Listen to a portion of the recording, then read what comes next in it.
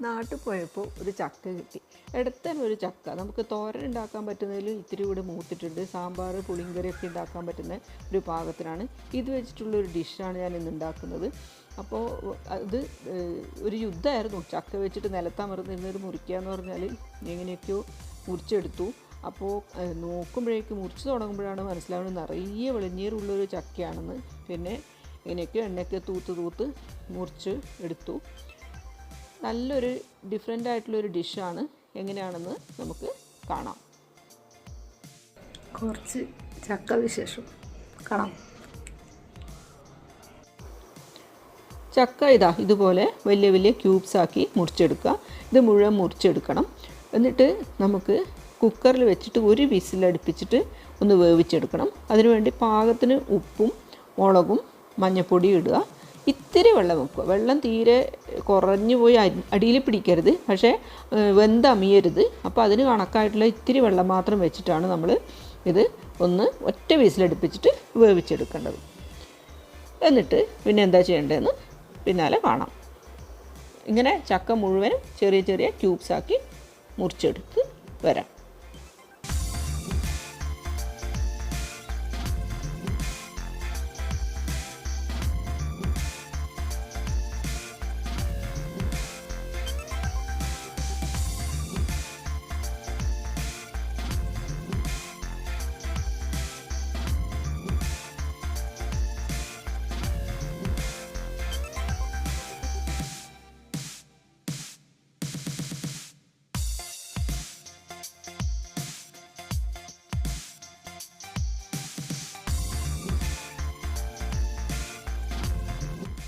കുറച്ച് ഉപ്പിടുക.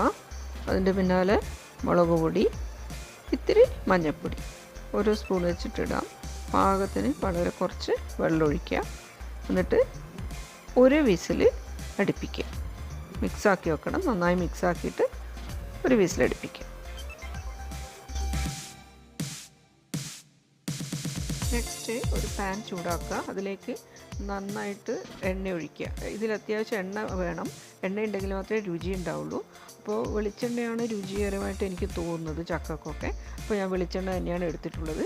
അപ്പോൾ അതിലേക്ക് മുളക്, മഞ്ഞൾപ്പൊടി, കുരുമുളക്, മല്ലിപ്പൊടി ഇതൊക്കെ ഇടുക. ആ പാകത്തിന് നമ്മൾ ചക്ക എത്രയാണ് അതിൻ്റെ പാകത്തിന് നമ്മൾ എടുക്കുക. എന്നിട്ട് നന്നായി എണ്ണയിലൊന്ന് മൂപ്പിച്ചെടുക്കുക. മൂത്ത മസാലക്കൂട്ടിലേക്ക് നമ്മൾ ഈ വേവിച്ച് വെച്ച ചക്ക ഇടുക. എന്നിട്ട് അത് നന്നായി മുറിച്ചെടുക്കുക. 2 സൈഡും 4 സൈഡും ക്യൂബ്സ് ആണല്ലോ, ഇതാക്കി മുറിച്ചെടുക്കുക. അടിയിൽ പിടിക്കാതിരിക്കാൻ വേണ്ടി നമുക്ക് ഇത്തിരി വെള്ളം വേണമെങ്കിൽ മേലെ കൂടി തൂവി കൊടുക്കാം. നന്നായി മുരിഞ്ഞ് ഏകദേശം റെഡിയായെന്ന് തോന്നുമ്പോൾ നമുക്ക് 1 സ്പൂൺ ഗരം മസാല മേലെ കൂടി തൂവി കൊടുത്ത് നന്നായിട്ടൊന്ന് മിക്സാക്കി എടുക്കാം.